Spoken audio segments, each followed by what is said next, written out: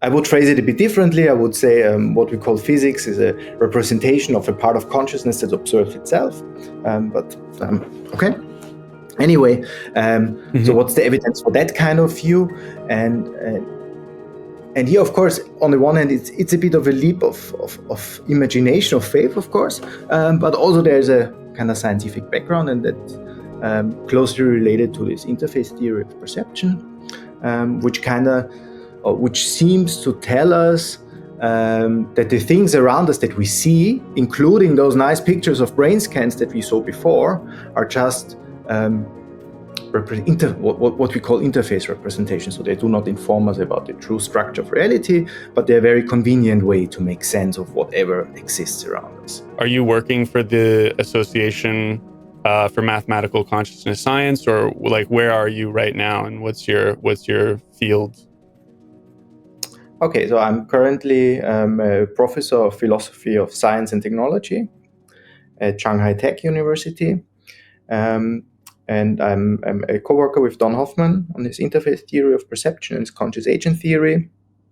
And I'm also a member of the so-called Association for Mathematical Consciousness Science, which is a scholarly society that, like, there are a bunch of people who are all studying consciousness or mathematical theories of consciousness under a mathematical perspective. And there's a big variety. And I would say there is not one single dominant approach in that. There are many different proponents. And what I'm doing with conscious agent theory, for example, is one of the proponents, one of the approaches which are featured there. But the association itself is probably more broad, inclusive, so it's open for everyone who is interested in studying consciousness more formally. So that's my background. Before I started my current position, I did various postdocs, and my first postdoc, I did a 2-year postdoc with Don Hoffman at UC Irvine, where we worked, as I said, on interface theory and on conscious agent theory. And then I did a postdoc in Germany, in Munich, at the Munich Center for Mathematical Philosophy, where I did mathematical philosophy. So my background is actually, I have 2 PhDs, one in science and one in philosophy. So I'm hopefully knowledgeable in both domains. And is that what you're teaching? What are you teaching right now? I'm teaching now philosophy of science and technology. So on the one hand, I'm teaching like history and philosophy of science and technology. So I just finished a class on that. And I'm also teaching more things related to consciousness, neuroscience, AI. Actually, is a moment big topic, obviously. Yeah, I'm interested to talk to you about AI for sure. Also more from a philosophical or conceptual angle, so not the kind of very technical details about it. Right. So I'm just who works on AI itself, like building a transformer architecture, like people like Google or so. I'm not doing that. Right. Yeah. What is philosophy of mathematics? I'm just curious if you could explain that a little bit. Is that actually the math, or is that? Yeah, I'm curious what that is exactly. Yeah, well, there are actually 2 things which are slightly distinct here. There's philosophy of mathematics, which is a very traditional thing.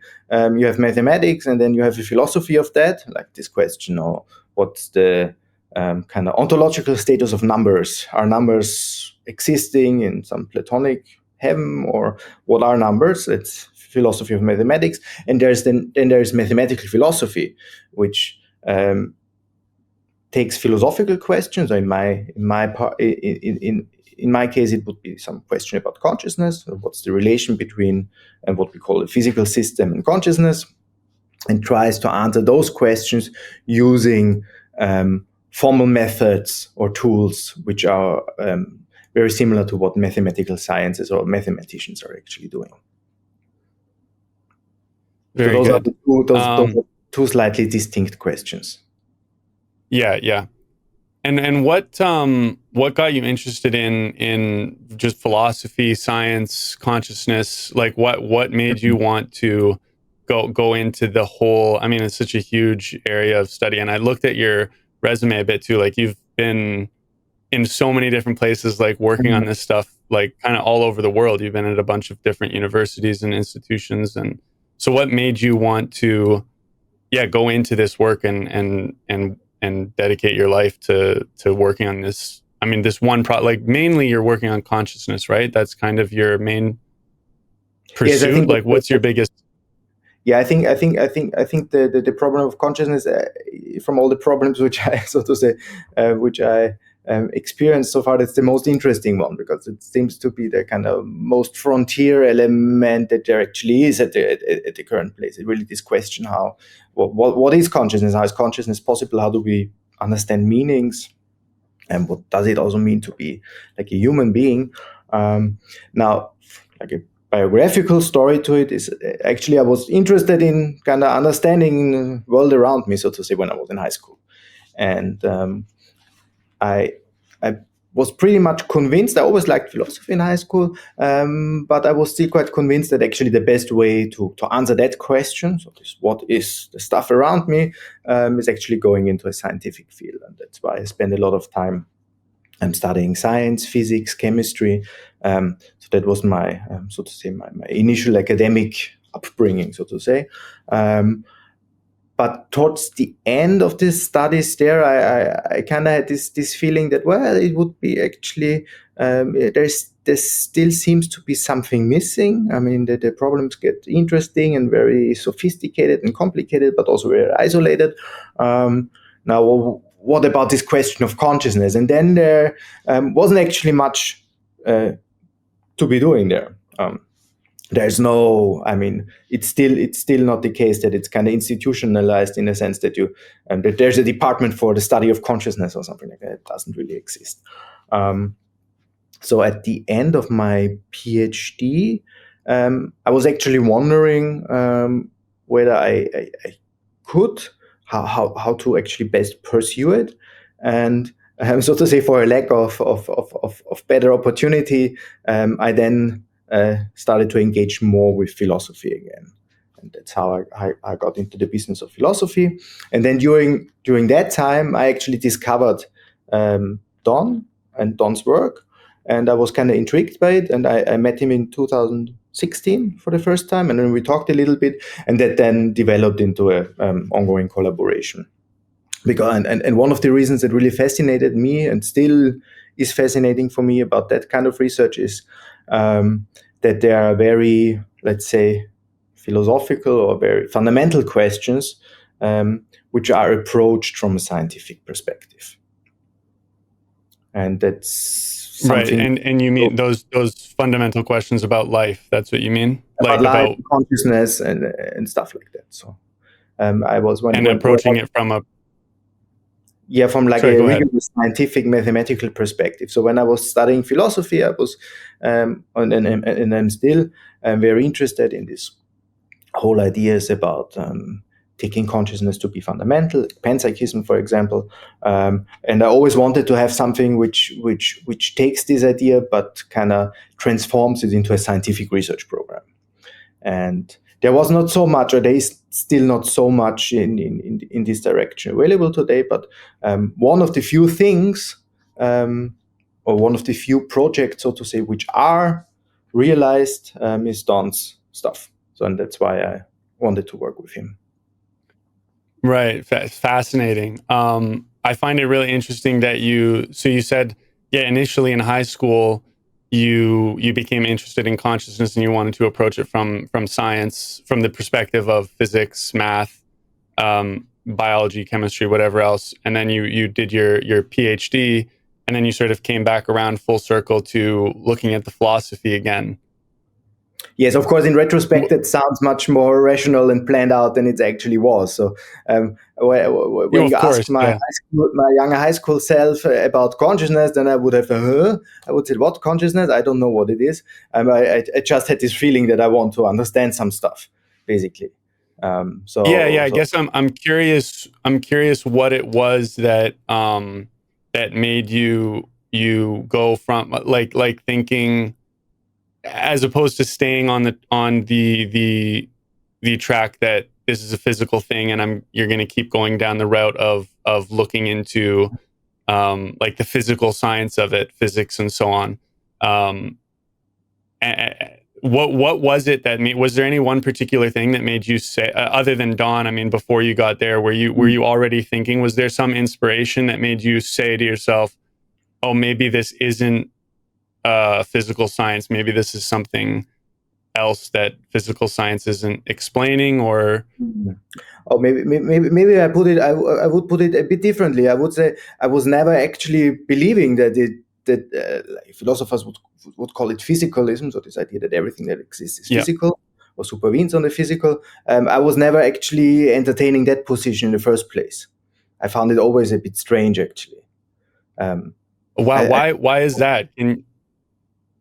well, I mean, why should you? I mean, I always find it a bit puzzling that people are so kind of take it so natural, but I think it's a very strange view, actually. So if you look at historically about, I mean, obviously when I was in high school, I had no idea about these things, but now I have somewhat more of an idea. If you look at it historically, it's only a very, very strange kind of phase in one particular society, which is Western society, European society, which believed in something like physicalism, right? So that's really an exotic view.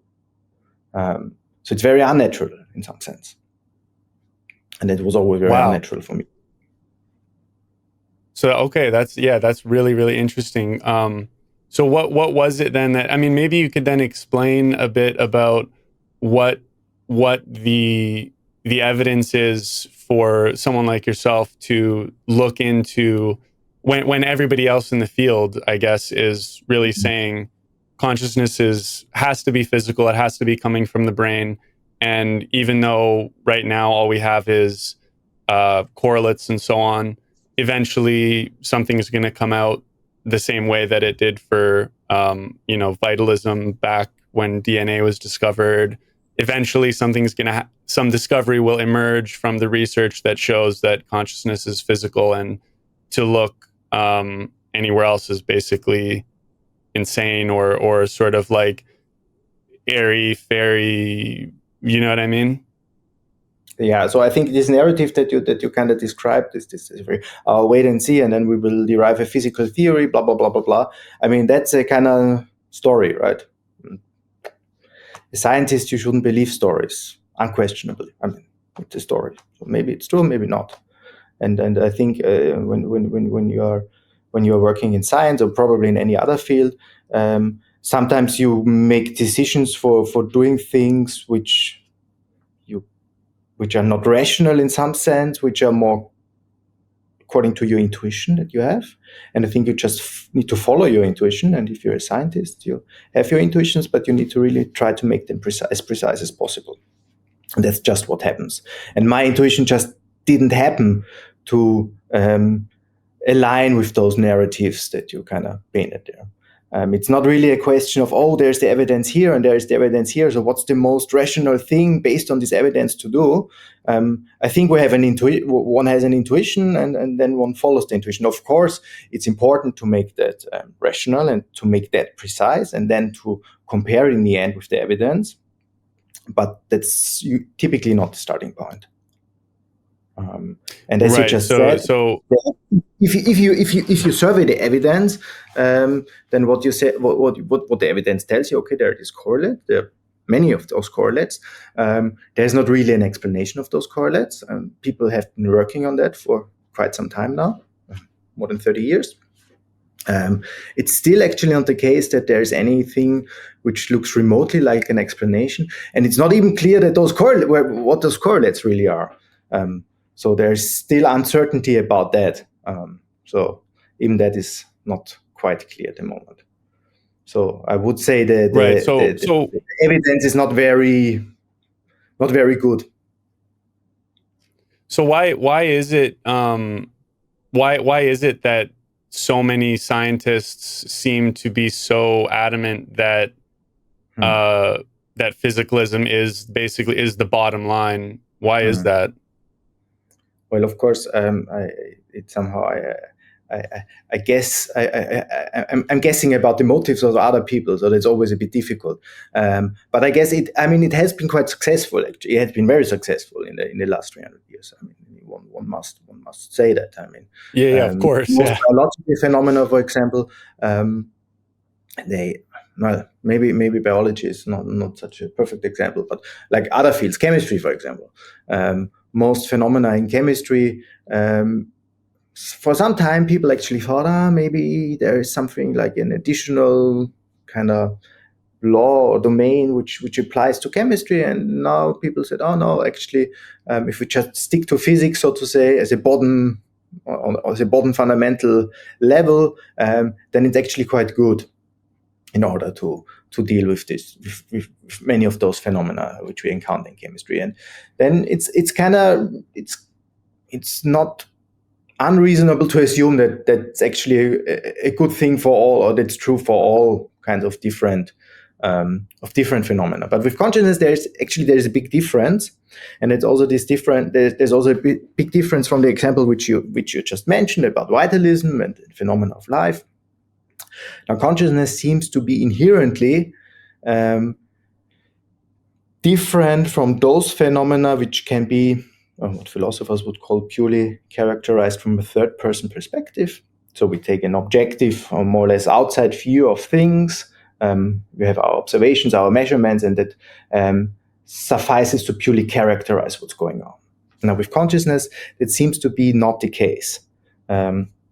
Consciousness is what philosophers would call a first-personal phenomenon, where you really need to understand it, so to say, from the inside, where you have to take this inside perspective. Actually getting it. There's lots of arguments in philosophy whether that's true or not, but I think it's true. But I won't go through the arguments. But if the arguments are true, and I think they are true, then that means that consciousness is fundamentally different from those other problems. And right, yeah. So you basically, it's just that the preponderance of evidence from all of science up to this point about the physical world around us is essentially moving everybody in the direction of physicalism for consciousness, as well as just a momentum thing. Yeah, I think yeah, and well, if I would be a bit mean, I would say, well, it's also a lazy thing, right? It's the thing that works in the past, so we keep on doing it, and it might work in the future as well. But I'm not sure whether that's intellectually very. As I said, I think it's a bit lazy to think like that. Yeah, not the case. And so, right, yeah.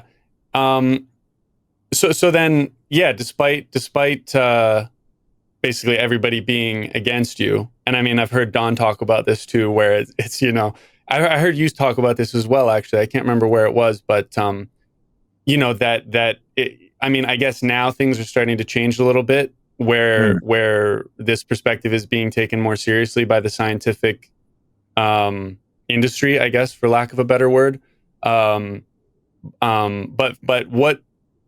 what is really the best evidence to just like a regular average person like me, who doesn't have a deep understanding of math or any physics or any of these things?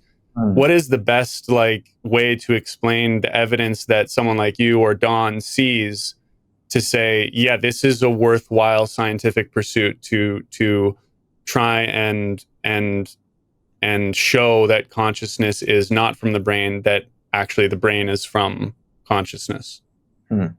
So, I would say there in some sense there are two steps. So what you could do as an average person, you could open up a journal or a scientific journal, and then you see these fancy pictures of brain scans, and I don't know, some experiences or whatever, and then you can ask us a question. Okay, why is it the case? And that's the famous hard problem question. Why is it the case that those things that you see there are actually associated with any kind of experience? That seems to be completely absurd. It seems actually quite unlikely that it should. So if you program that into a computer, so why should that feel like anything? Why is it? So there seems to be a mystery, a lack of explanation. So that's the first thing. And the second thing is, well, what you can do from there. Of course, just because you don't know how it works, it doesn't mean that's evidence for whatever thesis you want to bring. So specifically, this idea that the physical world comes from consciousness, if you want to say so. I would phrase it a bit differently. I would say what we call physics is a representation of a part of consciousness that observes itself. Okay. Anyway, so what's the evidence for that kind of view? And here, of course, on the one hand, it's a bit of a leap of imagination, of faith, of course, but also there's a kind of scientific background, and that's closely related to this interface theory of perception, which seems to tell us that the things around us that we see, including those nice pictures of brain scans that we saw before, are just what we call interface representation. So they do not inform us about the true structure of reality, but they're a very convenient way to make sense of whatever exists around us. And if you take that point and combine it with this other question, then you might, with some imagination, some faith, or some intuition, as I said before, you might come to this conclusion that consciousness is really fundamental and the physical is less fundamental, so to say, or is somehow rooted or founded in this realm of consciousness. I think just a couple of questions. I'm actually just curious to ask you about intuition, because you've brought it up a couple times, and it does seem to be like an essential aspect of thinking, even in science and math. Although a lot of the times when I talk to people who are very, logical thinkers, intuition seems sort of dubious and kind of mysterious. And well, what really is it? I'm curious to just hear you. What is your conception of what is intuition? Like, what's going on when you're thinking intuitively? Well, I mean, there's this old philosophical conception of Platonism, where intuition is really trying to get something like an insight into an externally existing realm of proof, or forms of ideas. So I think that's actually a very nice way to think about it. So I would still think that when we have intuition, when we say we have some intuition, we get a certain insight into something which objectively is there, but which doesn't follow the kind of rational ways of how we think about things, like taking the evidence and having certain methods and procedures and going through that. So it seems to be somewhat of a shortcut. So on the one hand, I think that's a kind of intuitive version to think about it. Now, and when you say Plato's, yeah, go ahead. Sorry, go ahead. No, maybe ask me your question first, because. I was just going to say when you're referencing Plato's forms, you mean this sort of mental world accessible to us that's outside of the physical realm. Is that a fair characterization of that, or? Yes and no. It depends a bit what you think with when you say mental. I mean that's obviously that's a bit of a. I mean that can be. I guess I mean not physical. Yes, exactly. So in Plato you have this concept, and he's very strict about it. You have something like an empirical world, the things that you can touch and see, and then beyond those empirical world, you have this kind of ideal world, the world of ideas, of forms, of concepts, and so on. And humans and soul beings have this capacity to mediate between those two things. So we can get certain insights, because we are conscious. We can get certain insights into this ideal realm, and I think that's a very nice kind of way to conceive things, at least on a very preliminary way. Maybe a not formal or scientific way, but it's a kind of a nice mythological way. So when you're talking about intuition, then you're saying that say an intuitive thought, an intuitive hunch, so to speak, is like kind of grasping an idea or a concept that wasn't approached logically, but that sort of is just coming to you in some sense. Yes, I would say that's roughly the idea. Now I have well, it's only a half-baked theory actually, but I think it's kind of interesting. So you probably heard about Leibniz and his monadology, and the idea in A Leibniz. little bit, yeah. Okay, you have this let's say these basic things which he called monads, which mirror everything that exists. Now, I think if that's related to this kind of whole personal development stuff that we talked about earlier, that any experience or that you have right now, when we say right now at least, is somehow mirroring all the other experiences that you will have in the future. So why should this mirroring process be only spatially? I mean, according to the interface theory, at least space and time are equally just whatever you call it, forms of our interface or concept, forms of our intuition or whatever. So that seems to be what we it seems to follow from this when we say we have an intuition now. That's just part of this mirroring of the, let's say, irrational development, maybe irrational development that happens much later. So that seems to be kind of related. That's a bit mind-bending. That's very mind-bending. So that means that whatever you are at the moment right now has something to do with whatever you will be like in the future. Aha. So wow, there's so many questions about there's so many questions that come up as a result of that. But so you're tying that into an intuitive way of thinking. Yes, I think so an intuitive way of thinking might be just an expression of this fact. Every experience that you have related to all other potential experiences that you could have also in the future. And when you say you have an intuition of something, then that might just refer to that fact. A million questions about that as it relates to conscious agent theory and so on. But one thing still just about intuition. Do you think is it possible for somebody who, I guess there is sort of an element of belief involved in thinking this way, right? Because one has to believe that there is something more than physical reality, or even like basically, can you be a physicalist and think that way? Can you be a physicalist and think that way? Can you be a physicalist and think and believe in something like intuition? So like in this way that you're sort of describing the intuitive thinking process, is that available?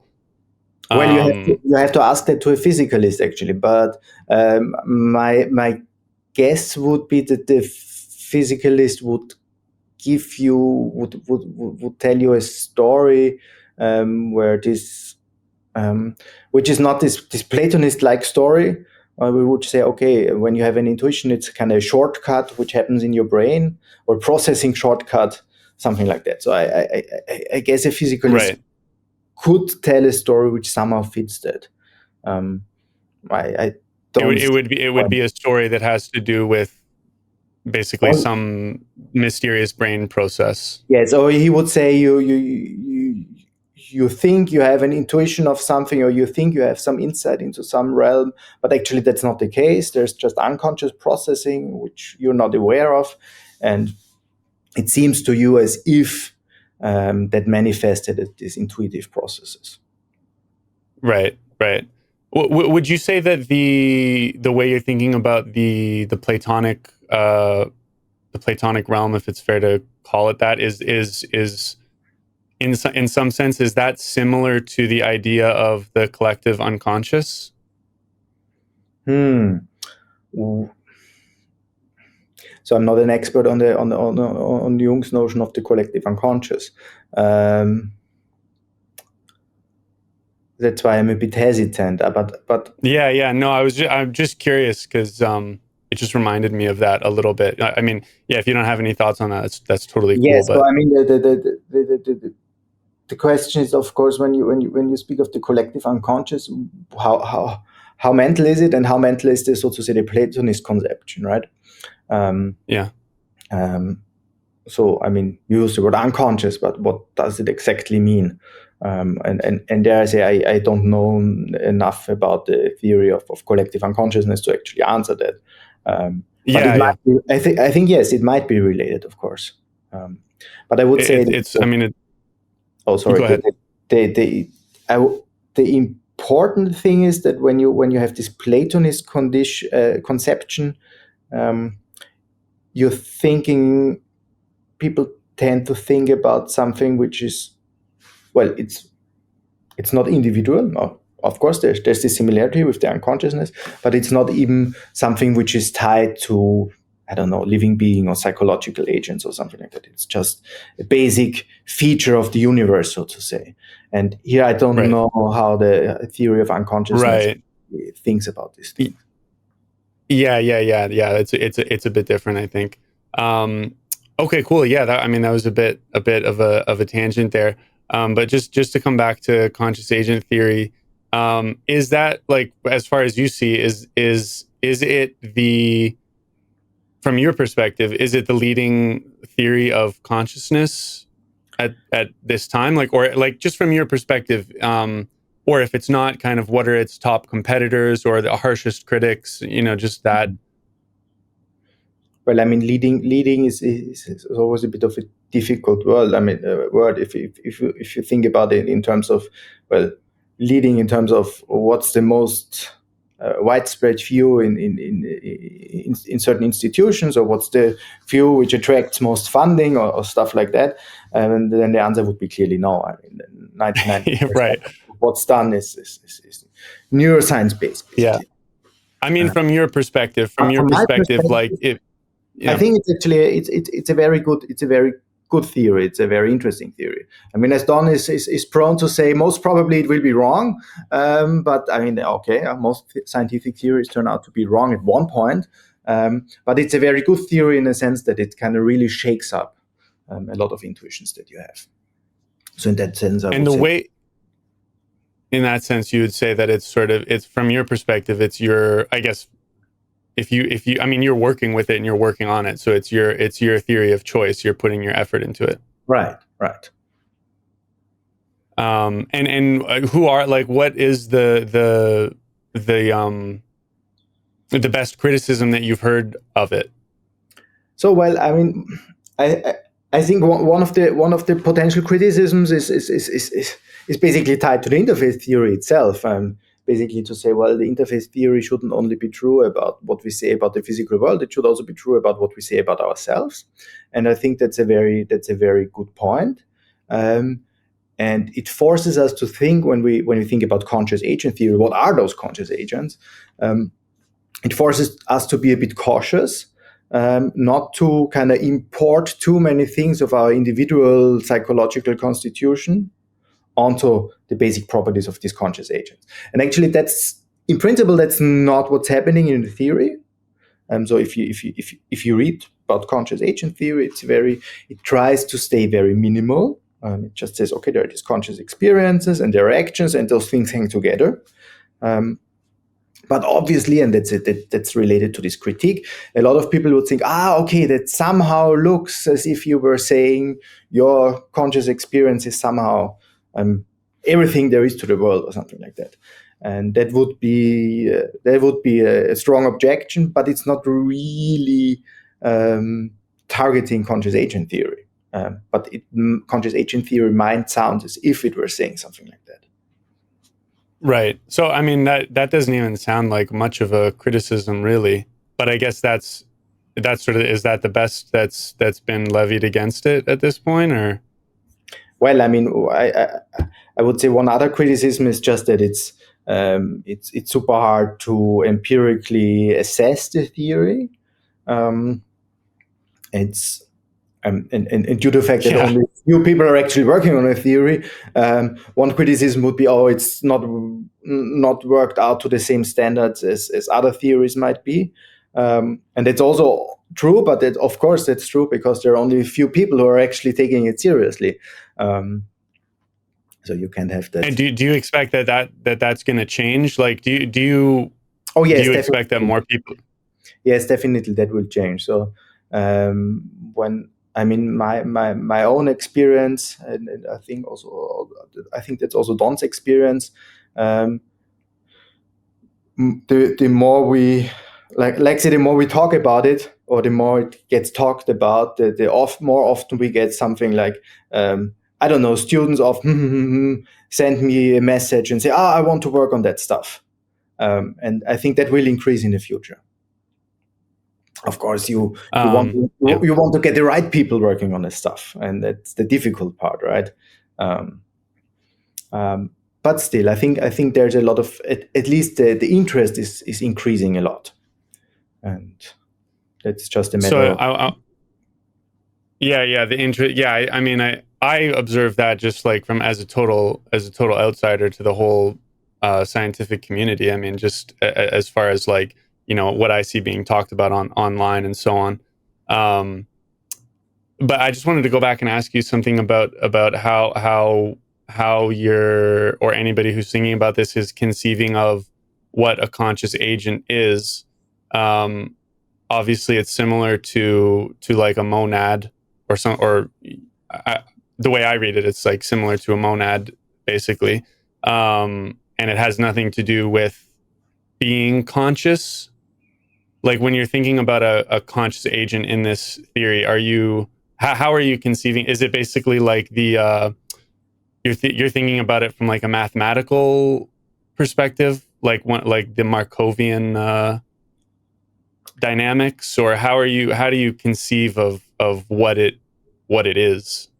Of course, there's always, and we should never forget that there's always a difference between the mathematical modeling and the thing that is modeled, right? And the mathematical modeling involves, of course, something like measurable spaces and Markovian kernels and I don't know what. But that's not necessary. That doesn't mean to say that that's all we believe that's happening. So to say, that's we believe that's what we would say that what the model should look like, right? Now, what the thing really is that is modeled, that's a very difficult question. I just said you shouldn't import too many of your own like psychological concepts on it.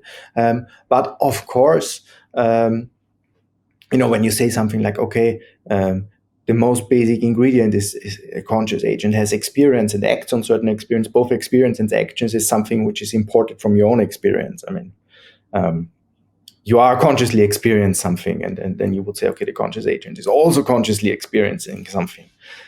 So in that sense, there is this kind of analogy, this similarity. Yeah.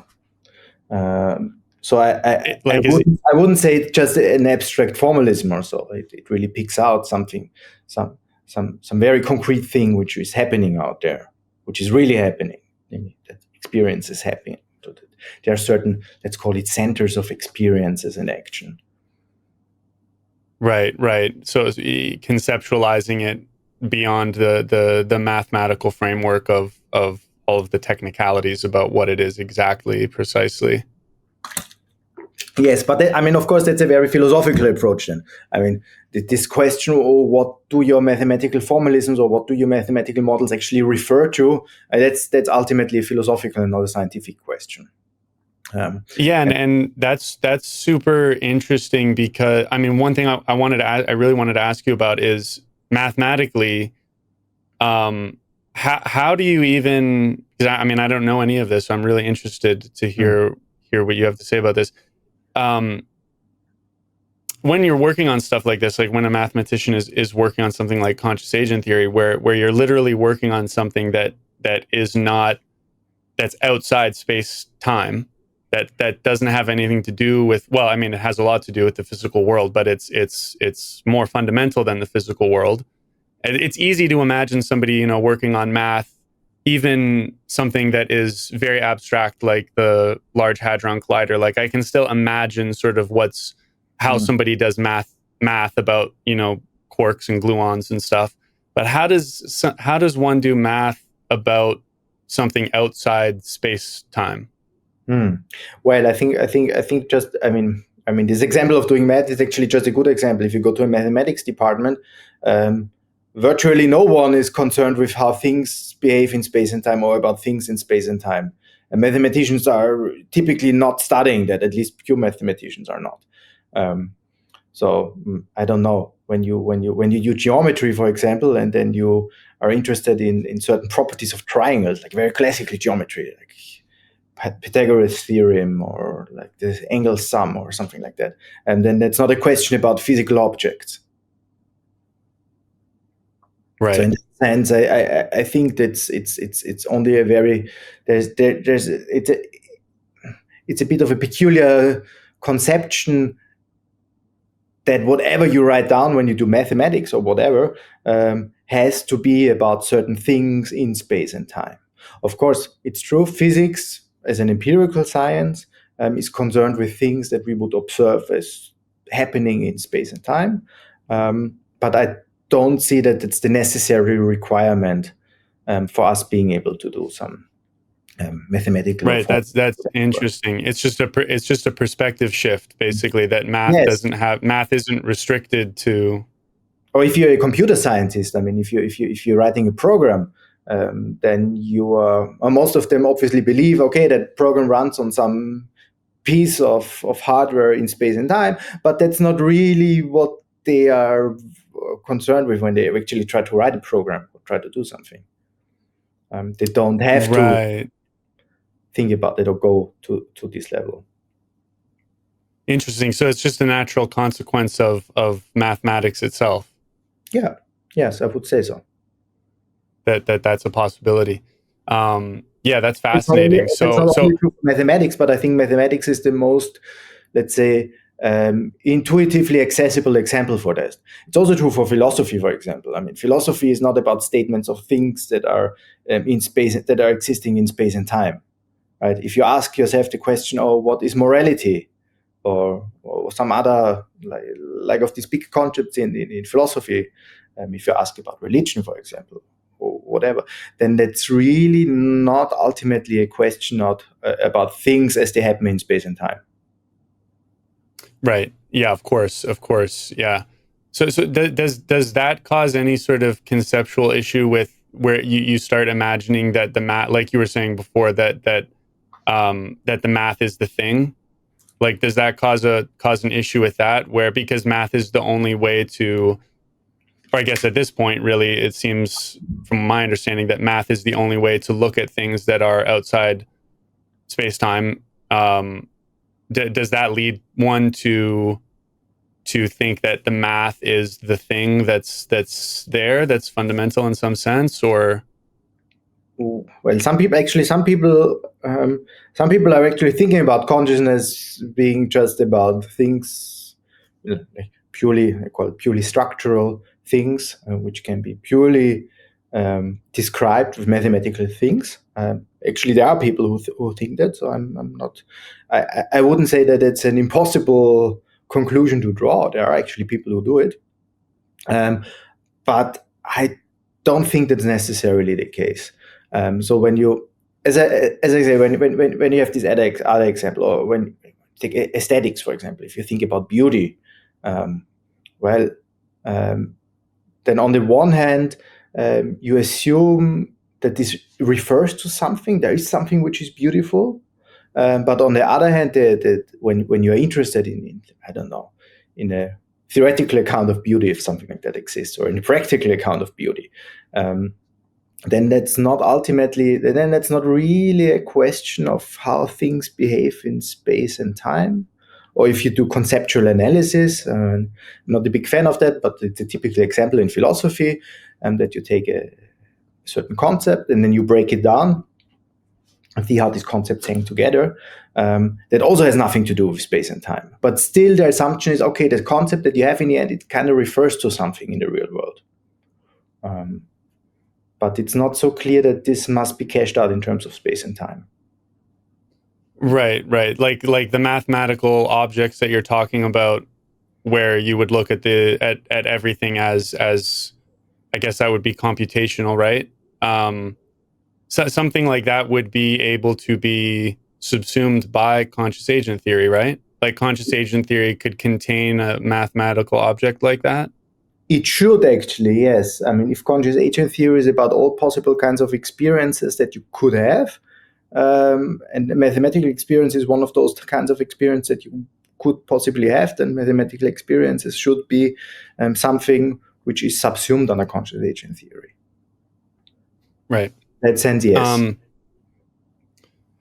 So hypothetically, if conscious agent theory was proved to be completely true and we discover that everything is emergent from consciousness and all the math shows that, and everything that's trying to be done with I guess like scattering amplitudes and all those sorts of things is all works out and it's all proven, at that point there's still no answer to the question why, right? Like there's no regardless of whatever that right.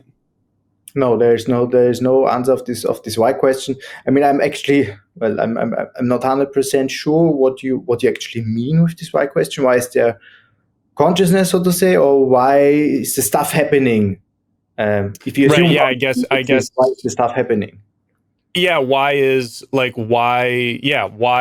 this stuff happening? Why is there a physical world? Why is if we found out that consciousness was fundamental, we don't have is it possible ever, do you think, that there would be some understanding of why the physical world is emergent from it?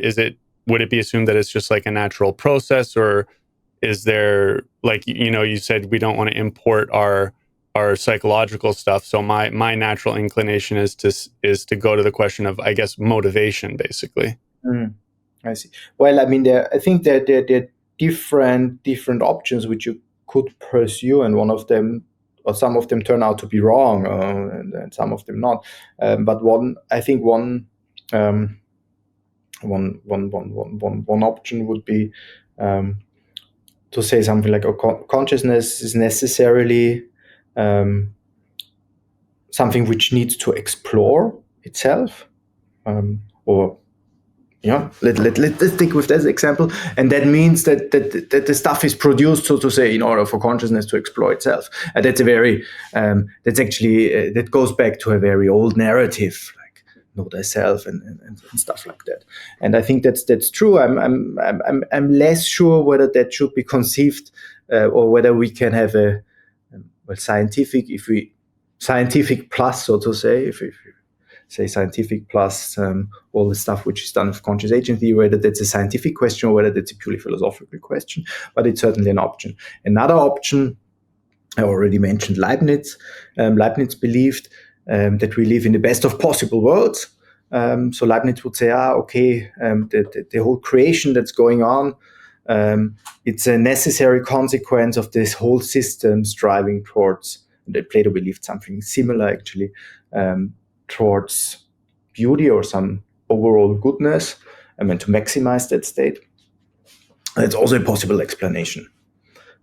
It's probably more philosophical than scientific, but yeah, I mean, I think those options are there. So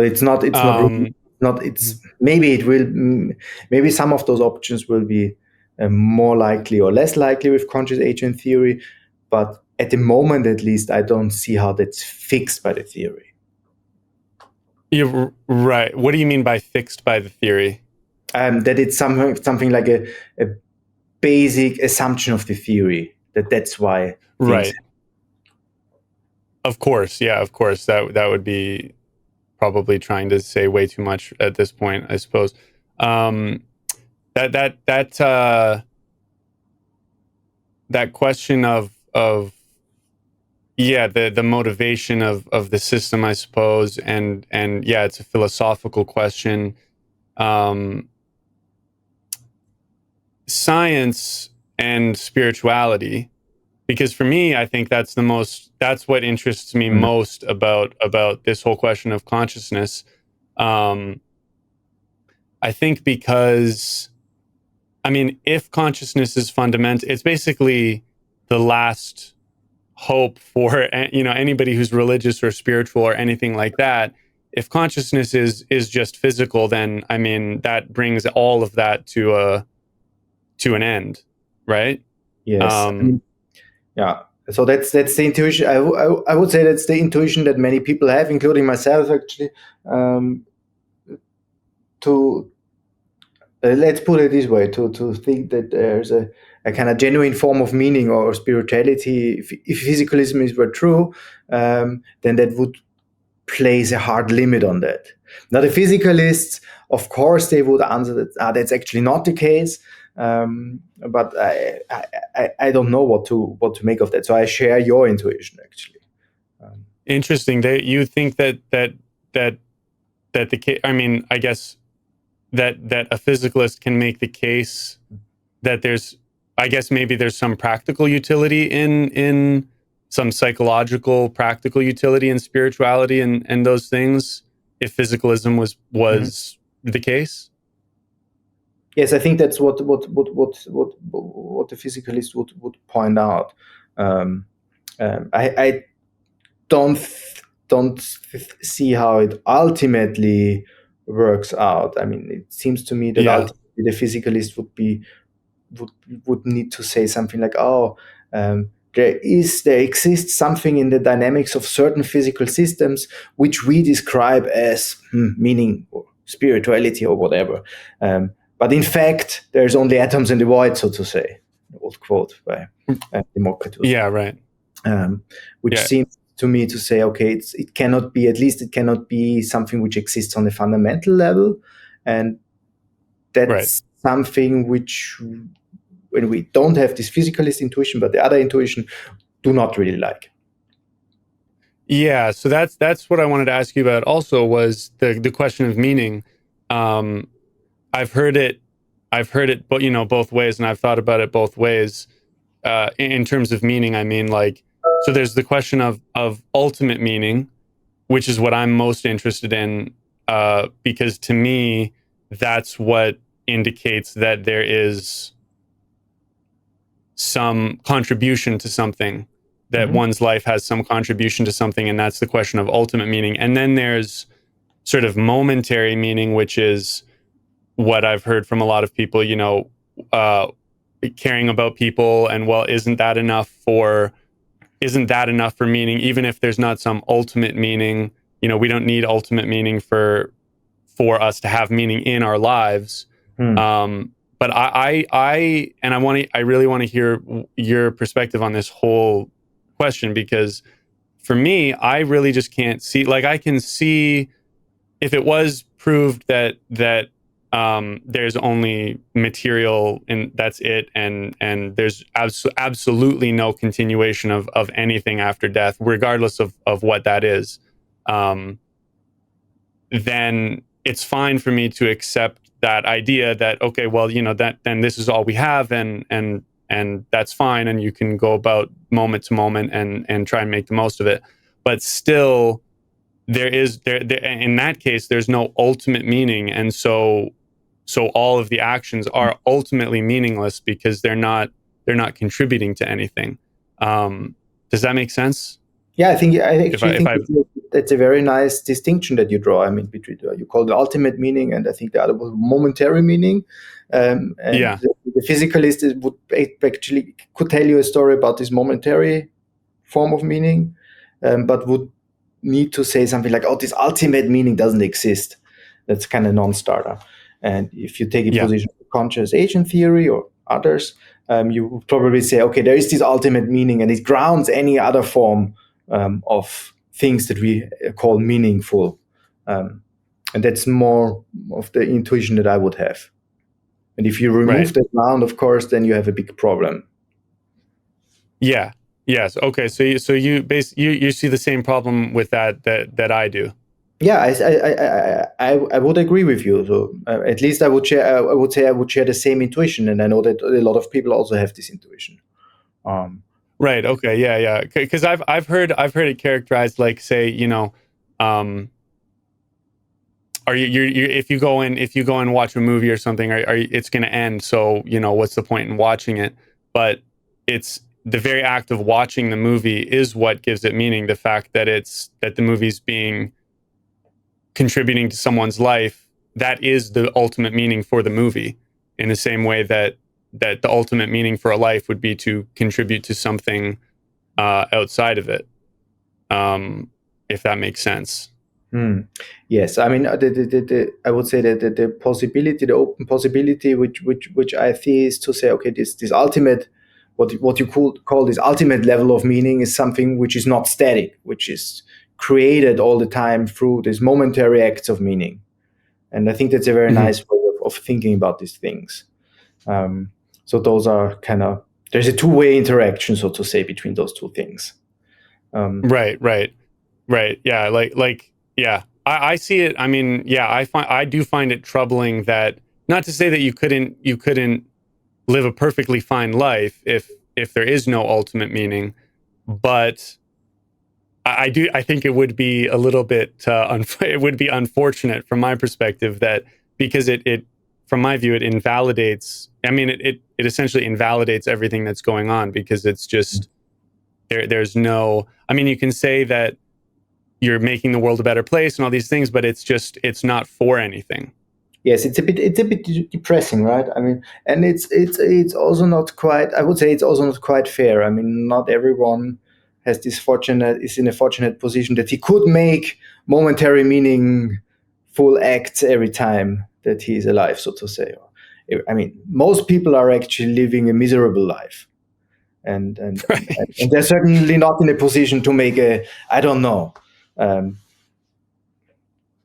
to create a lot of meaning, so to say. So for Right. those people, Right. I think it's very. I mean, it's even more depressing if you then even say, okay, now there is no ultimate meaning, so to say, which they could strive for.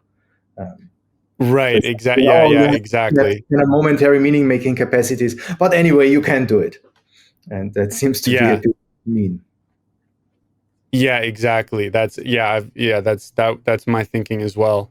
Um, so that brings me to religion and spirituality, and the intersect, which is the most interesting intersection for me, because it's about meaning, and it's about, our connection with um, whatever is, whatever that case may be. Do you have any thoughts on any of that, just like generally, before I ask you anything specific? Yeah, so generally, I think there are two. Well, if you ask scientists, so to say, how they think about this relation of spirituality or religion and Hmm. science, there are two, so to say, two camps. The first camp would say, okay, it should be kept apart, so to say. There are separate domains. One shouldn't, so to say, interfere with the other. And then there are, of course, extremists who would say, but only one camp is actually real, and the other one, forget about it. And there is different, so to say, the second camp would say, okay, those things are kind of need to be integrated, however that works, and it depends a bit on what you think. And someone who is interested or is doing conscious agent theory, I guess, is more prone to be in a second camp of saying, okay, it should be somehow integrated. Um, Right. Yeah. that So a very like, sorry, what were you going to say? no, that's fine. That's fine. Um, yeah, in terms of like blending, or I guess merging eventually, the two ways of thinking, the scientific and the spiritual or religious, which I guess sort of mean different things sometimes, and other times don't mean different things. But um, Yeah, what is the, like, I've been thinking about that over the last couple of weeks, and in some sense, I can sort of imagine how maybe in the future, if something like conscious agent theory uh, looks promising, I could sort of, I guess the way I see that is actually, I don't know how even if that turned out to be true, or promising, or gained more traction, um, how that would lend credence to blending religious and scientific thinking together, rather than just validating the spiritual thinker, in terms of saying, okay, yes, you're right, there is more to life than just physical matter, but how does it contribute to the science and spirituality actually coming together? Yeah, so I think that's a difficult. I mean, that's a good question, and it's a difficult problem. So one of the difficulties that I or maybe other people encounter when you do something like conscious agent theory, for example, then you say something according to the theory, blah blah blah blah, and then some guy comes up and says, well, but 3,000 years ago, already said that. Didn't you just kind of rediscover or maybe validate? If you take it a bit more positive, you would say, okay, validate it. And there's this danger, but then I think that's maybe a bit of a misunderstanding what those religious statements were actually trying to do. I don't think that they were trying to make any factual statements about how the universe is, right? Like science would maybe say something.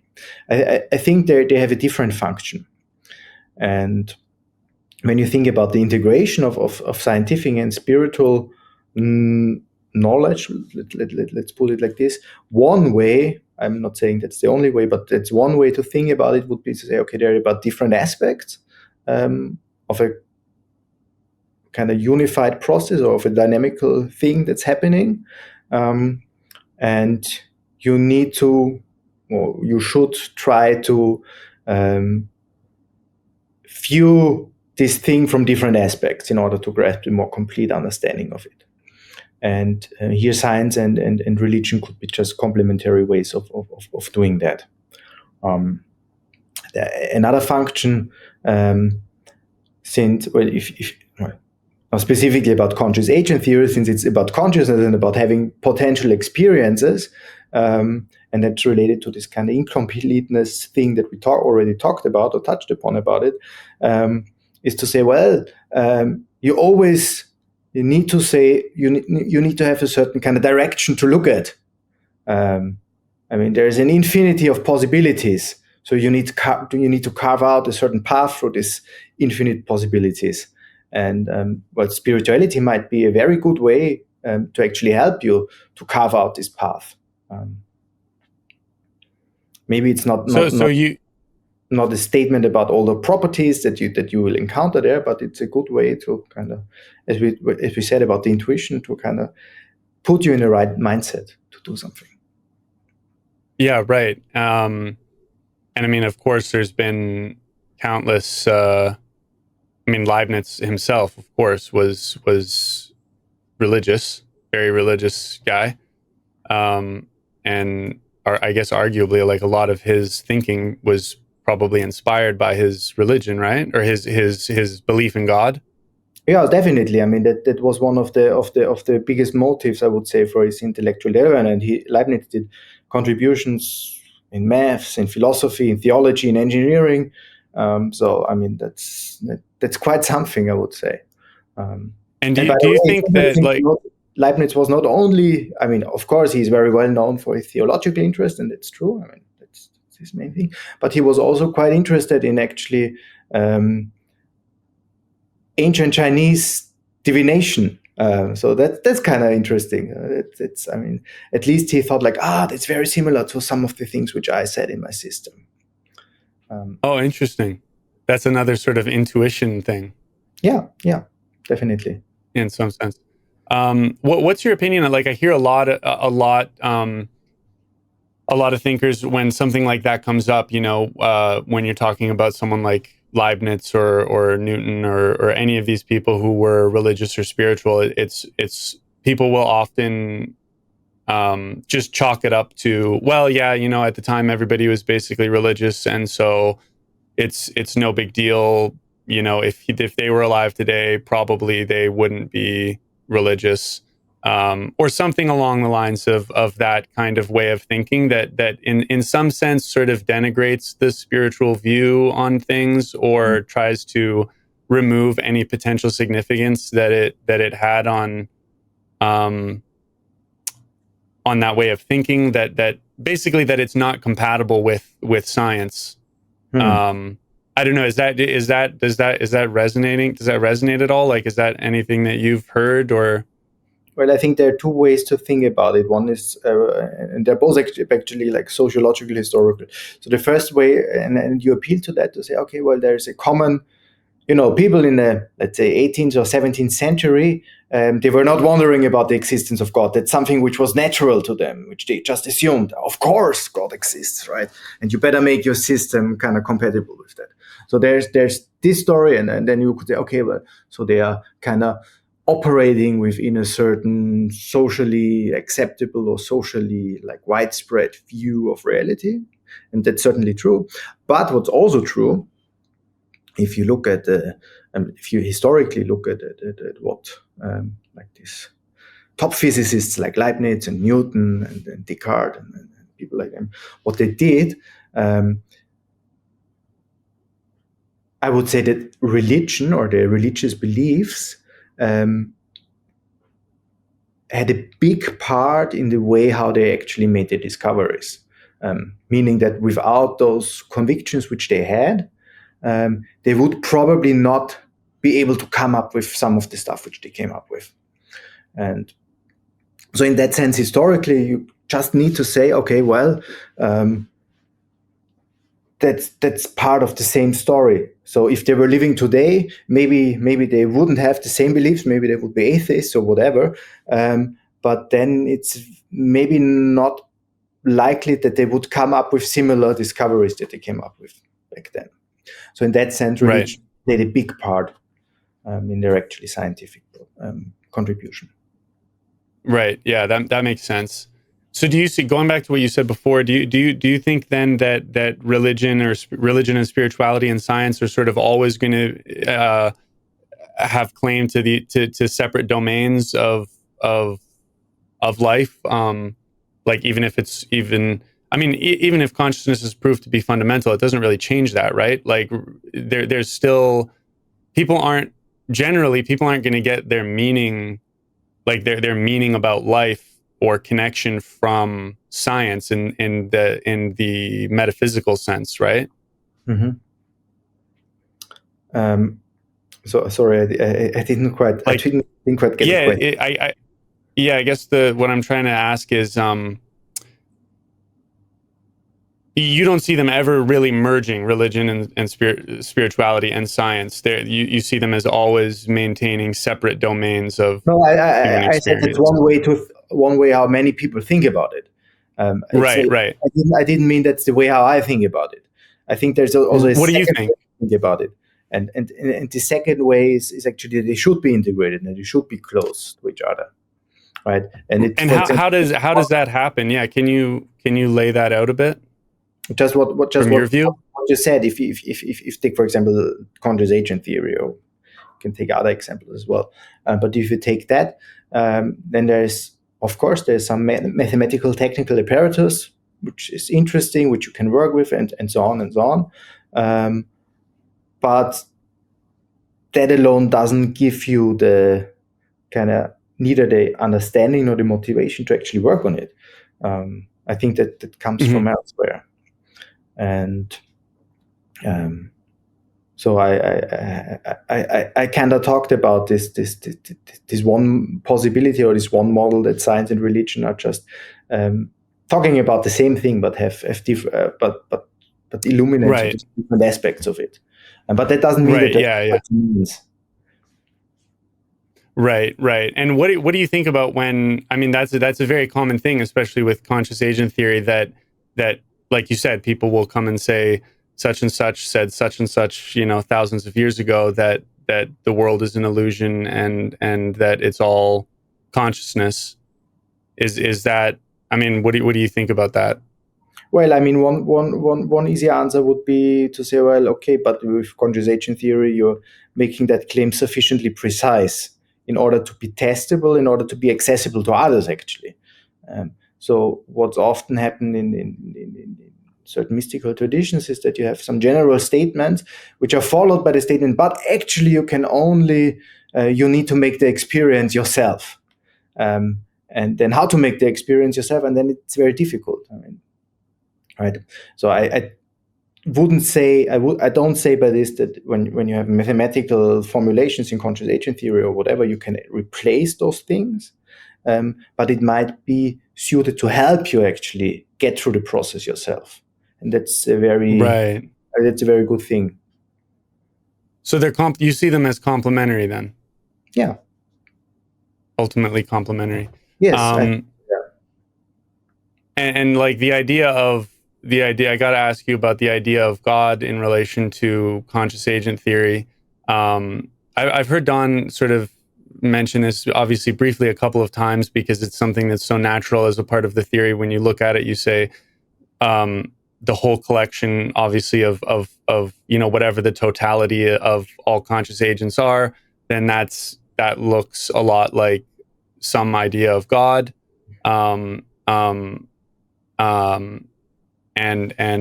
will that ever be able to be, approached? I guess not, because the infinities keep getting bigger and bigger, right? So mathematically, you can't even really ever get there, even if it was a thing. But what's your sort of take on God in relation to conscious agent theory? So that's very interesting. I mean, there's a slightly technical point to it.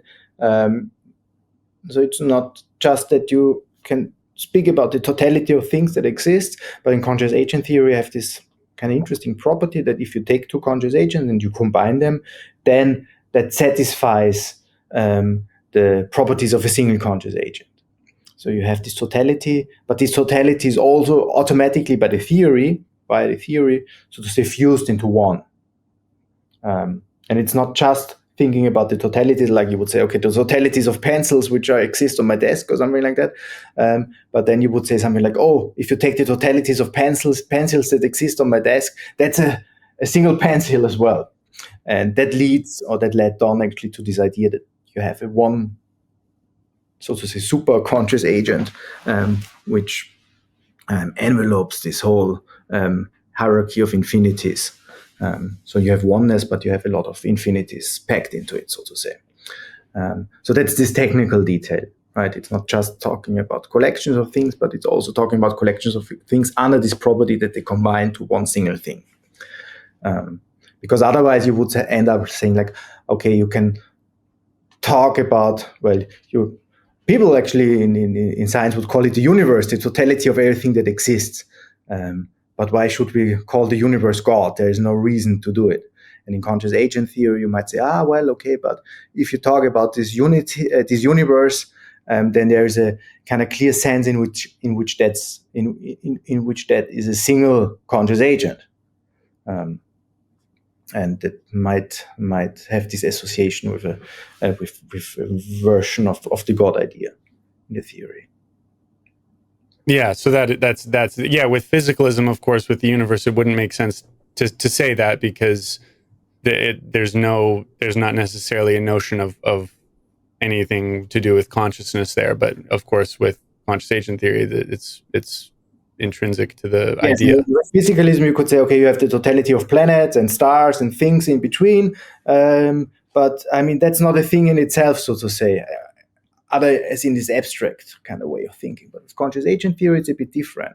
You could say, but if you take this totality of things, the planets and the stars and the things in between, then it resembles, so to say, an outside representation of a single agent. And that's a bit of a different claim, much stronger claim. So there is some notion of something like God in the theory. There's some, even if it's vague or the problem is, of course, that people associate it when you say God, that people associate many different things with it. Of course, yeah. And then it's always the question: what is specifically the thing that you associate with it, and how is it, or whether is it specifically mirrored in a theory? And what is mirrored? Of course, everybody. Is the existence of a single entity, of a bigger entity, which has a kind of which has this action capability, which has this free will, at least this capacity to act somehow, and which is transcendent with respect to its parts. And if you associate that with the God idea, then you would say, okay, there's this notion in the theory. Yeah. Actually, I wanted to ask you about free will, since you mentioned it. Something that I've seen a lot lately, just when I'm online and looking at popular interviews and stuff, is a lot of people talking about. I mean, of course, the free will debate is as old as time, and it'll go on for, I guess, all the way into the deep future. But I've just seen a lot of people talking about how free will is an illusion. It's basically hard determinism is that's the sort of the final answer. From a lot of course, there's so many opinions and stuff of on free will, and it's an ongoing debate. But I've just seen a lot of popular people, on big platforms, talking about free will being definitely deterministic, hard deterministic, which to me is sort of troubling. When people are talking like that, that there's no, like, people will talk about it in a way that there's absolutely no room for free will. What's your opinion on free will? What's your view on that?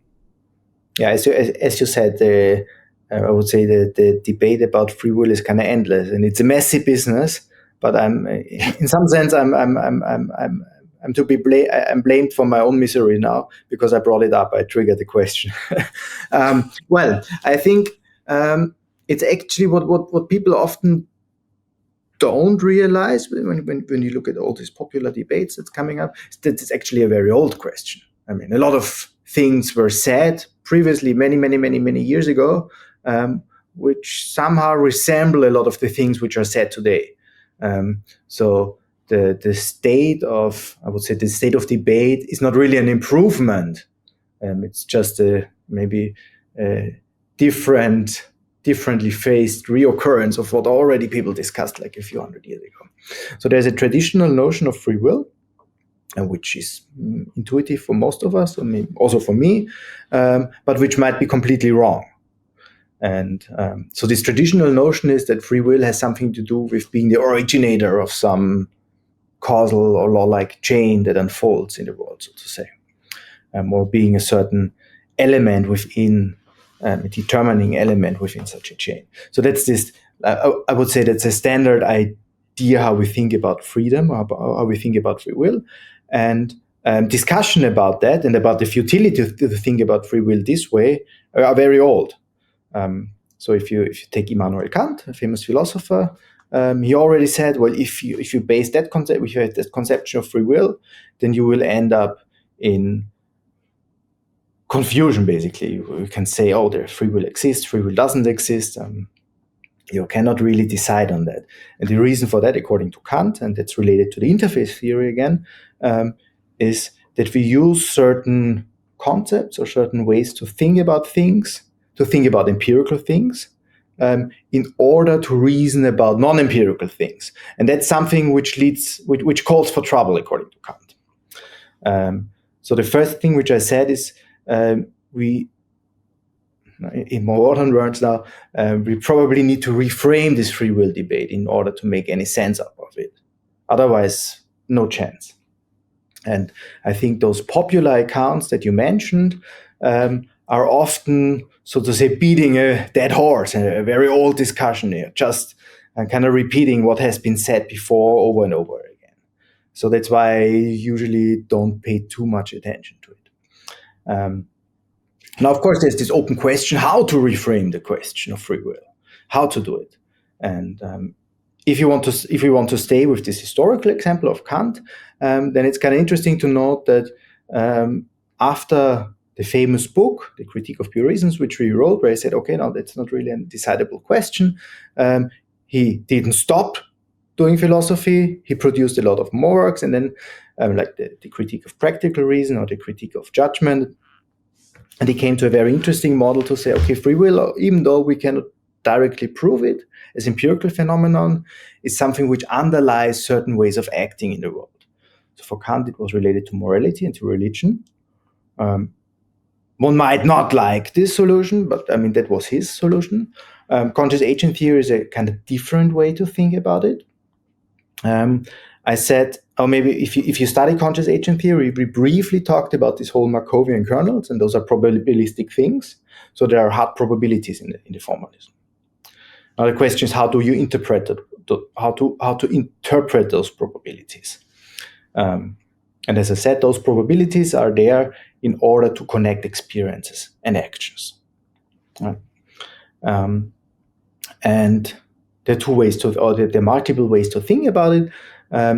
So, for example, in biology, whenever you see a probability, you would say something like, okay, it's a subjective probability, or it's an epistemological thing. There's really something happening which is determined, but we don't know about it, and that's why we say, okay, there's a certain probability for this or that to happen. Then there's a different way to think about probability, an objective way to think about probability, or an ontological way, where you say, okay, no, that's really a chance event that happens. Like in quantum mechanics, you know that if you look at an atom and you ask the question, oh, does it decay or does it not decay? Then you say, okay, well, there's a probability that it decays, but there's no underlying story which will tell you when it really decays. It's just a chance event. Of course, there's a statistics which you can do if you have many events, but if you look at the individual, there's a chance event. Now, that doesn't help you for freedom either, because you do not want, if you have just chance events, then, that's not according to any kind of sensible notion of free will. So maybe in conscious agent theory, connecting the probabilities that connect experience and actions play a different role. So people often don't realize it when you believe there's this chance event which is happening, then it's almost like a miracle, right? Why do things turn out the way they are? I don't know. It's just chance. So every time you have this chance event, you have a little miracle, so to say, happening. Now, one way to respond, but that's not necessarily, you cannot logically derive it from conscious agent theory, but it's a natural interpretation, would be to say, okay, those chance events, which again connect experiences and actions, have something to do with the, let's call it free will or intrinsic motivation or whatever of the conscious agent in question. So that's not, I think that's a perfectly fine thing to say. It's not necessary that you say it. You could just say, okay, it's unpredictable behavior of the conscious agents. Not more to say about that. And as I just said, okay, this unpredictability doesn't mean that you have this strong notion of free will.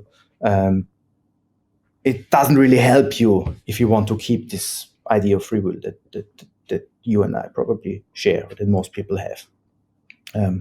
But there's a way in which you can think about it in conscious agent theory, which makes certain room for free choices or self-determination of the agent, so to say. So right, so that's basically a way through. The conscious agent theory is sort of a way through the whole mess of the free will debate. Then, in that sense, I think so. Yes, I think so. Yes. So, so back when you asked me about what is a conscious agent, how should we think about it, I said, okay, there are certain things which you can analogize with our own situation, so to say, and there are certain properties where you have to be a bit more cautious, like this notion of a self or a psychological ego or whatever. Maybe that's not something which is present at the fundamental level of the conscious agent. Now, with free will, when we experience, so to say, ourselves, we would say, okay, we experience something like free will. We have this kind of very strong intuition, at least, or we have this experience that we are free agents. And maybe that's something which should also be imported, so to say, to the basic formalism of conscious agents. It's a bit of an open question whether you should really do that or not. But it's certainly, I think, like at first sight, there's not really a reason why not. Yeah, the importing the way that we think about free will in terms of making a choice. Yes, yes, exactly. In a given experience. Yes, because if your reasoning is you shouldn't do it because free will doesn't exist, then the answer would be, well, but that's a kind of this messy debate, which is anyway. Right, I see what you're saying. Yeah. So it would basically be positing that free will is an essential part of the functioning of conscious agent theory. Is that Yes, right? that's one interpretation. I think that's one possible interpretation, and I'm quite sympathetic to it, and I think Don is also quite sympathetic to it. It's not necessarily the case. You can say, okay, conscious agent theory is cool, but leave me alone with this free will stuff. I mean, that has nothing to do with it. And you can also Right. you can also interpret it this way, I think. So it's in some sense it's open, I see. but Yeah. at It. least Yeah. it Yeah. Yeah. allows Yeah. you to reframe this whole messy debate. Yeah. Yeah. Yeah. It does. Yeah. The intuition is that it would be fundamental to a theory like conscious agent theory because experience and consciousness is fundamental. So it would seem that choice is fundamental to that. Is the way Yes. that I think about it. Yes. So choice seems to be fundamental. I mean, choice and free will is maybe not quite the same thing. I mean, you Right. can choose Right. things, but there Okay. is no guarantee that the things turn out the way how you choose it, so to say. So free will Yeah. also implies a certain form of control, and that might Right. not. I mean, even that there's a choice, I guess, to me, I mean, I guess the question would be that there's genuine choice, that the Yes, choice that you're making is a genuine choice to do something that wasn't determined by prior, that by yes, determined by definitely. I antecedents. think definitely there's room for this idea that there's genuine choice. You could say no, it's just random, so to say. But then the question is whether that's not kind of even more miraculous than saying, oh, there's genuine choice by the conscious agent. Right. So it comes down to that sort of fundamental question then, which is, like you said, just open. So, but you wouldn't say that, like, you wouldn't say that it's from your perspective, is it fair to say that hard determinism is like to tell somebody that, you know, you don't have free will for sure, science has proved it, the case is closed? Like, it's not fair to say that, right? I don't think that's a very sensible thing to do. Actually, I'm not. Right. Yeah. I'm not quite convinced by that. Let's put it this way.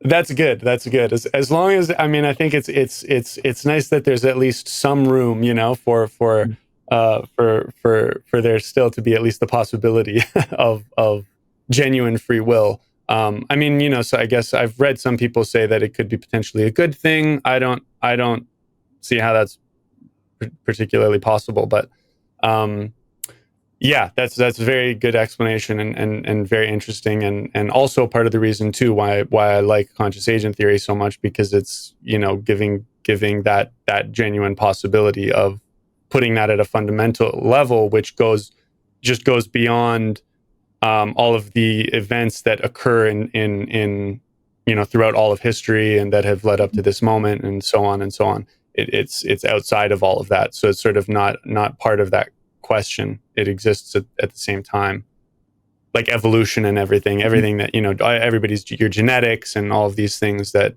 determine, which is no doubt, I mean, has some impact on the choices that we're able to make.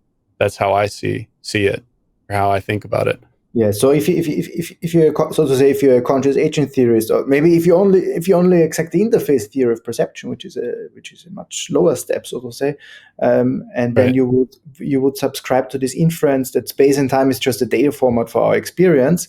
Then already when you hold that, then most arguments against free will are kind of strange. I mean, if you don't have space Yeah, and time exactly. on a fundamental level, then it becomes very strange. Or Right. if you have this position that science is about the study of empirical regularities, but free will is a question that kind of transcends these empirical regularities, then there is no way how I would say, okay, then a scientific study can answer this question. Right. Yeah, exactly. Um, yeah. So, I mean, if you've just got a few more minutes, I'd love to just ask you a couple things about AI, if that's cool. Sure. Um, Thanks so much for your time again, by the way. This has been very enjoyable for me. No problem. No problem. I enjoyed myself. Let me have just one Um, sip of water. oh, actually, one other thing that I just quickly wanted to ask you about, the just that bit from your from was from one of your papers where you cite the it from bit from Chit. Mhm. Yeah, I'm just curious, like why you decided to cite that. Obviously, it from bit is famous, but the and then the chit makes sense is obviously consciousness, but the reference to or the allusion to some sort of Eastern spirituality is there in that phrase. I think the citation is to some paper. I can't remember the person's name, but I think it's Buddhism that it's cited Oh, it's to. Jan Westeros' book about Buddhism, and the reason Right. for this Yeah. is exactly chitta. I mean, it flow. I mean, you find that concept in many different contexts, but there's a particular school of Buddhist philosophy from the first millennium, which is the Yogacara school of Buddhism. And there's a famous doctrine, or one of the most famous doctrines in this school is the so-called Chittamatra doctrine. So it's often translated as mind-only doctrine. Now there's certain scholarly discussion what it actually means. So I won't get into that, but that's just the reasoning for why for why we put this citation where it was. And you already mentioned Wheeler, and there's a bit, or it's a slight pun, half pun on that. There's this famous Yeah. Eat slogan, but then Wheeler and already Wheeler said it. Wheeler also said that it has to be grounded in a certain meaningful action, question asking in the case of Wheeler. So there's this participatory universe idea in Wheeler, that it's not just information, so to say, that's flowing out there, that's lying out there, but it's information in response to a certain meaningful activity of agents.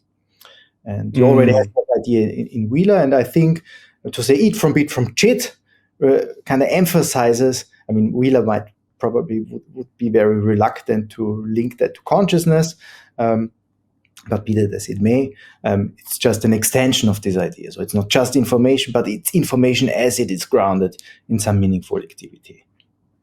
Right. Yeah. And so that's sort of just like is that supposed to just kind of be like a funny thing, or is there some purpose in also referencing it to some form of spirituality? Is there anything beyond that is there anything else to that other than it just sort of being like a fun reference? Or Well, it's on the one hand it's a fun reference, but on the other hand you can ask yourself, well, if you think that the information is grounded in something, what could it be that it is grounded in? And if you believe that it is grounded in something which has to do with the interactions between conscious agents, then you're already led to very similar ideas that have been espoused by certain Buddhist philosophers of the Yogacara school.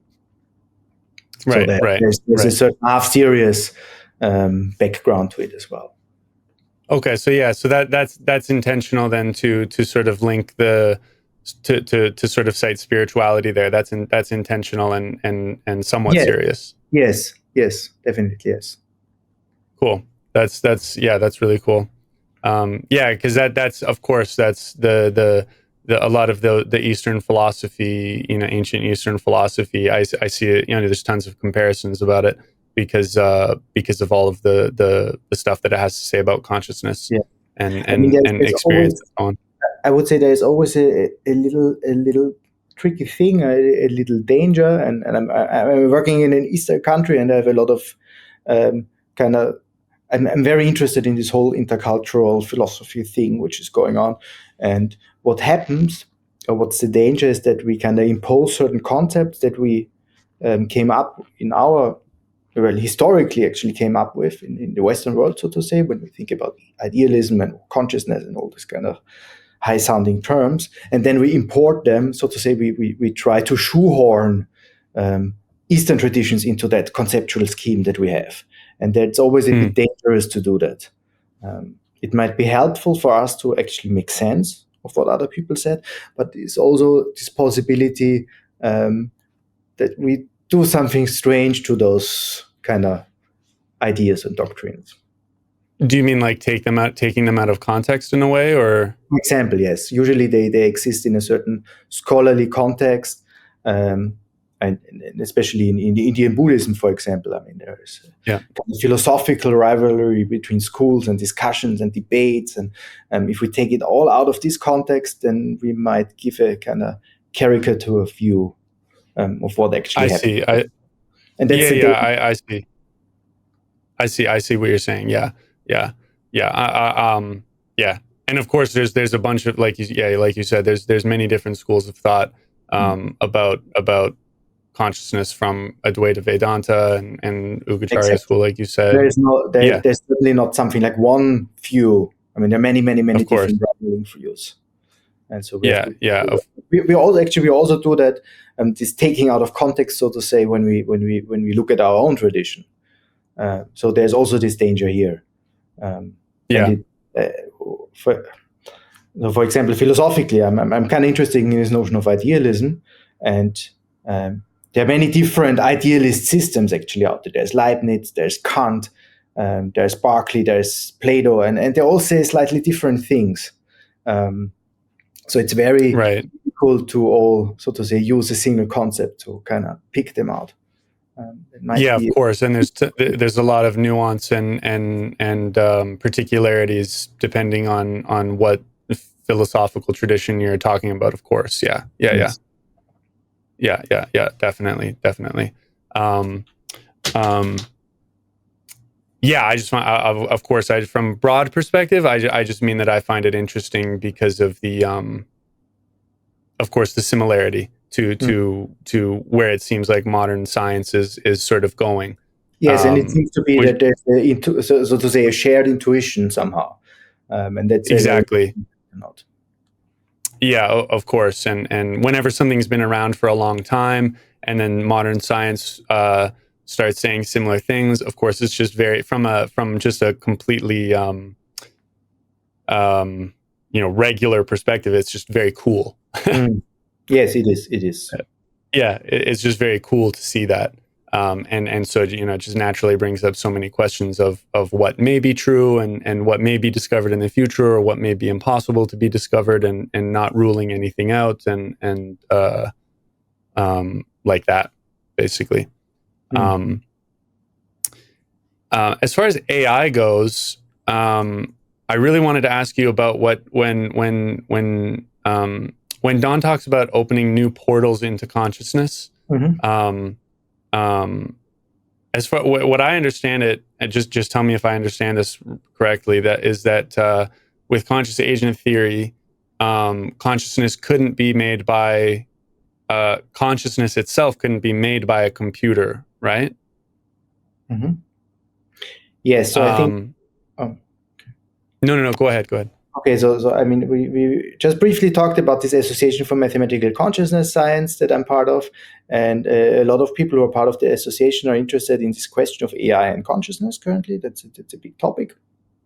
And there are two different camps again, two extremes, so to say. One extreme would be say, consciousness, it's all just a matter of computation, and the brain does certain computations, so why shouldn't do the computer the same kind of computation? It's just a question of scaling them up, or of complexity, or whatever. So that's the pro-AI consciousness camp, so to say. Now then there's the second camp, which say, AI consciousness, that's really nutty. Doesn't work at all, for whatever reasons. You have to consult the literature, and they give reasons why that's not a good way to think about it. And conscious agent theory, I think, trod somewhat of an interesting middle path.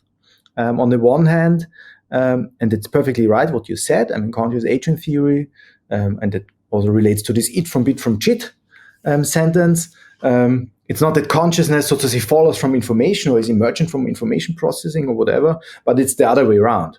When we talk about information or information processing, that's kind of it's grounded in consciousness. So in that sense, there is no. It would be strange to believe that, well, if you have complex enough computations, then you would get consciousness.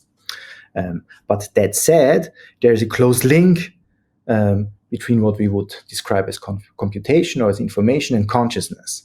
And through this link, there might be this possibility that when we have computations, that we can actually say something interesting about the underlying consciousness behind it. And that's what Don probably means when he says something like opening up portals to consciousness. So if you take the analogy of biological forms, I mean, when we have kids, so to say, we produce physical systems which also, under quotation marks, open up portals to consciousness.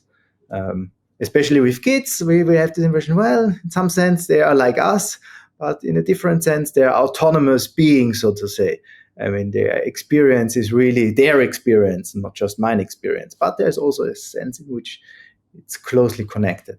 And so one idea, if you're a believer, so to say, in AI consciousness-like research, you would say, okay, well, the things that we could do with kids and biological brains, according to conscious agent theory, are not just producing consciousness. There's something like expressions of consciousness.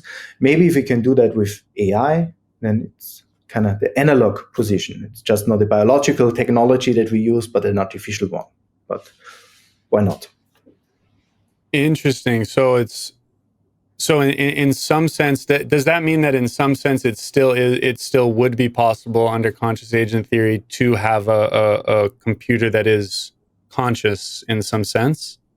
Well, yes, but there's a big objection actually to say, well, you can say the computer is conscious, but then it's like the same metaphorical way of speaking than when you say the brain is conscious. Brain is not conscious. Right. Brain is maybe just a representation of consciousness. So the computer is not conscious, but maybe the computations that are going on are somehow representations of forms of consciousness. And if those forms of consciousness are novel, in a sense they're not here already, then it's a portal into a new form of consciousness.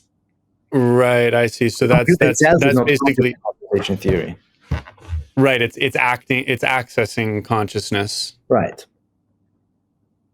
And what is I guess the conditions just have to be sufficient such that it's able to do that?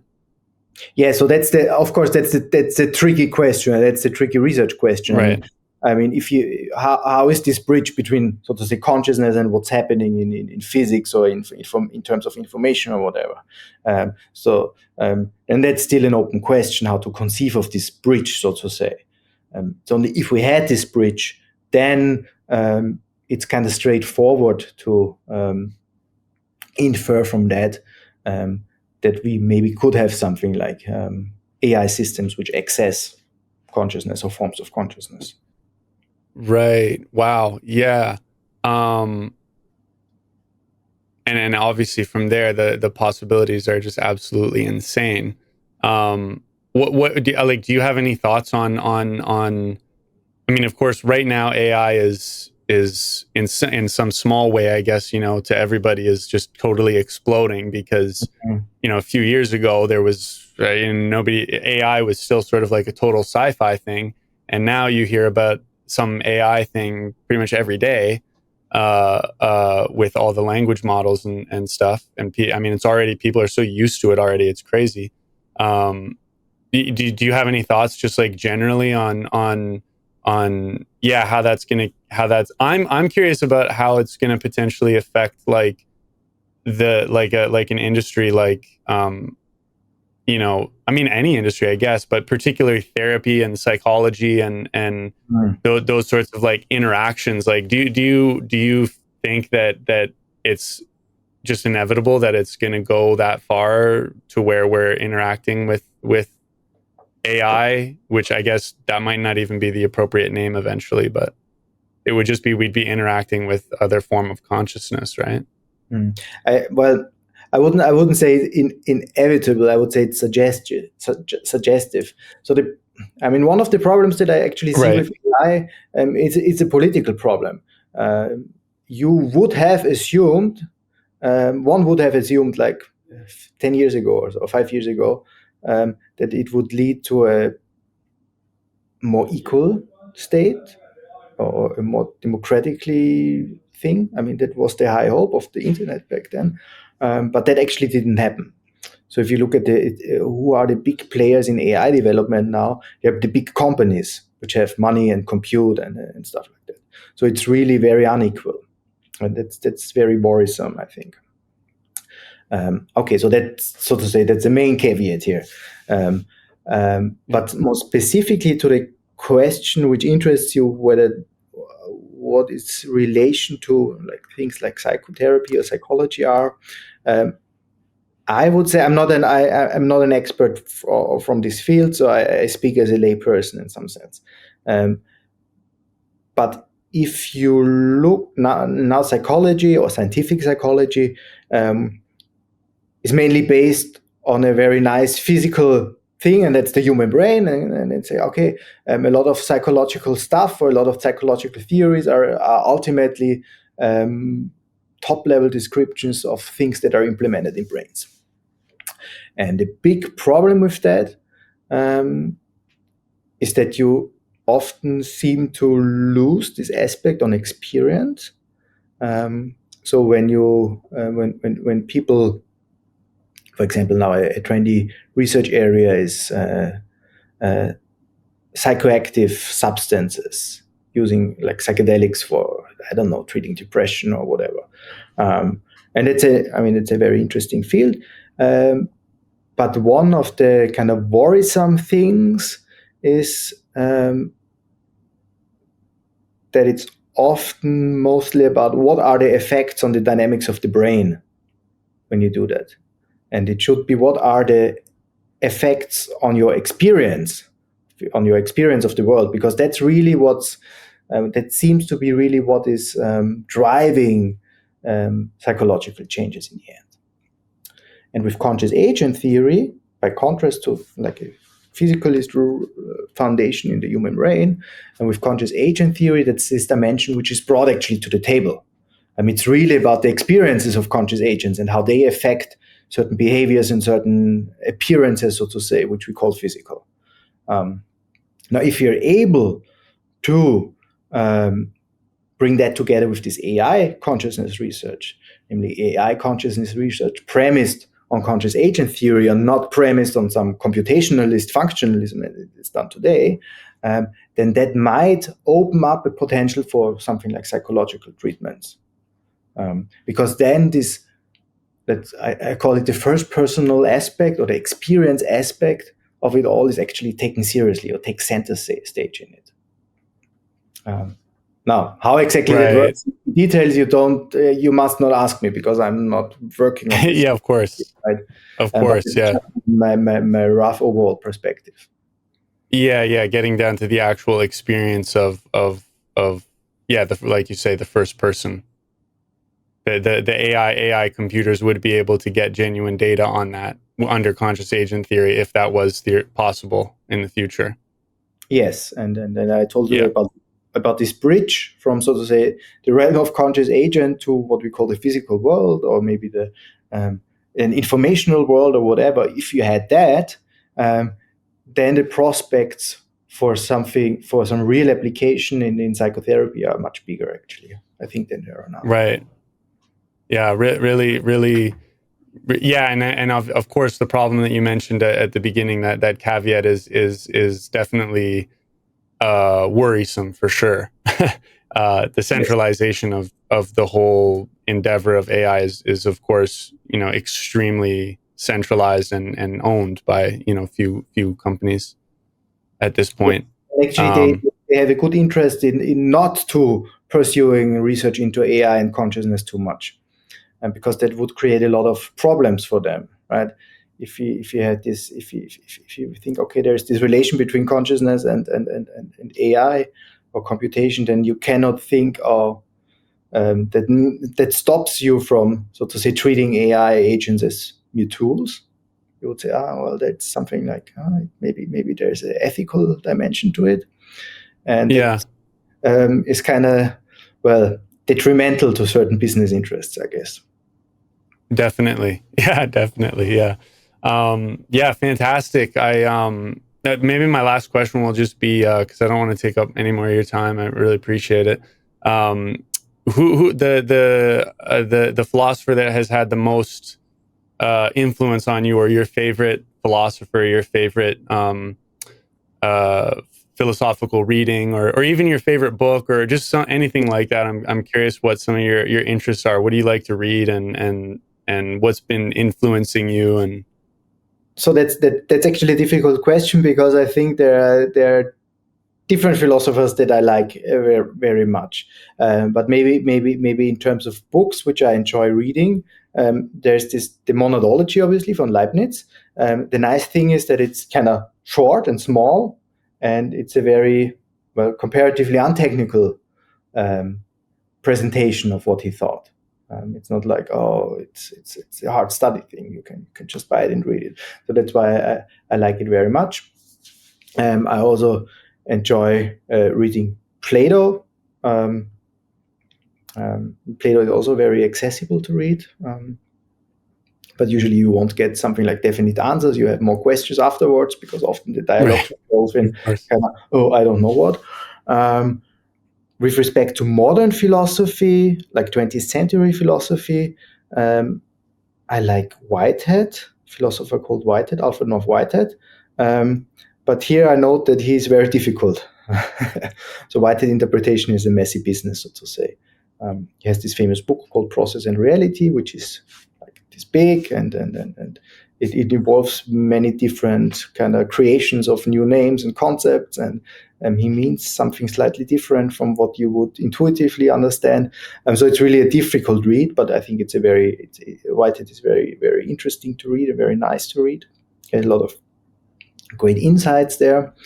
So those I would say those. Of course, there are others as well. Kant, I like Kant very much. I like Schopenhauer very much, because for various reasons. In terms of modern philosophy, phenomenology, if you heard of that, is something which I find very interesting. So there are lots of things, actually. Do you ever read any fiction? Fiction? Oh yes. I mean, so if you, oh no, you can see it, but I have a big shelf behind myself with a lot of fiction books, like literature stuff. But at the moment, unfortunately, but it's due to just time reasons, I'm not reading much fiction at the moment. But I still think it's very valuable, and I learn very much. So I think it's often the case that certain, let's call it, philosophical concepts are better accessible in works of fiction than in actual works of philosophy. Do you have any favorite like fictional authors that you've read in the past that you really got a lot from? So I mean, my background is, of course, I like German literature very much.